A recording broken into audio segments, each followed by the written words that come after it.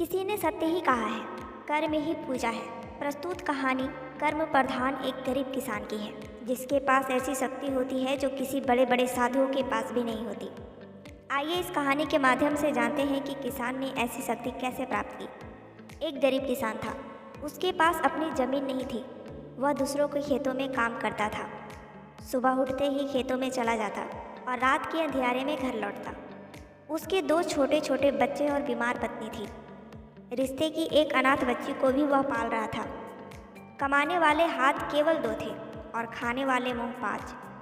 किसान पत्नी का इलाज नहीं करवा पा रहा था। उसके लिए रोटियां जुटाना ही कठिन था, फिर इलाज के लिए पैसे कहाँ से लाता। गांव के पास एक घना वन था। वहाँ एक प्राचीन मंदिर था। उसमें एक साधु रहते थे।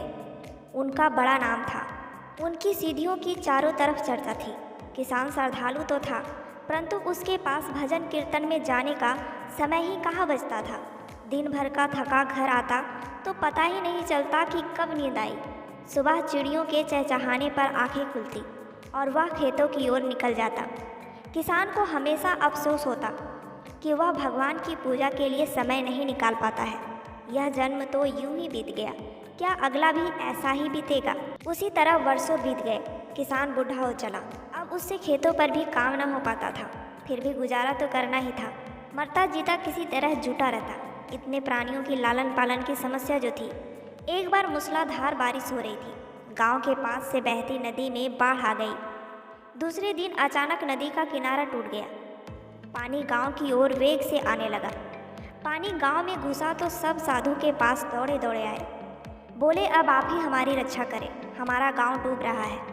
यदि और पानी आया तो हमारे पशु बह जाएंगे, खेत खलिहान डूब जाएंगे। साधु को अपनी सिद्धि पर पूरा भरोसा था।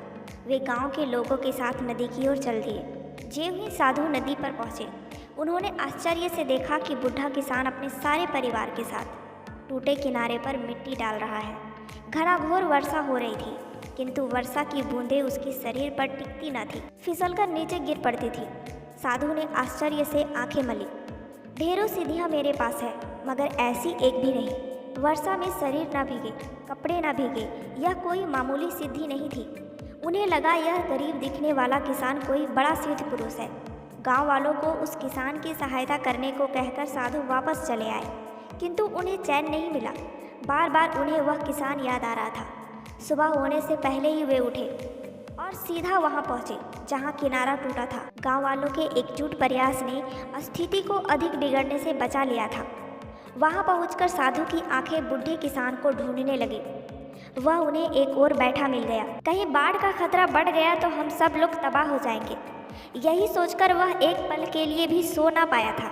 साधु को देखते ही किसान उनके चरणों पर झुकने लगा, किंतु साधु ने उन्हें दोनों बाहों में समेट लिया।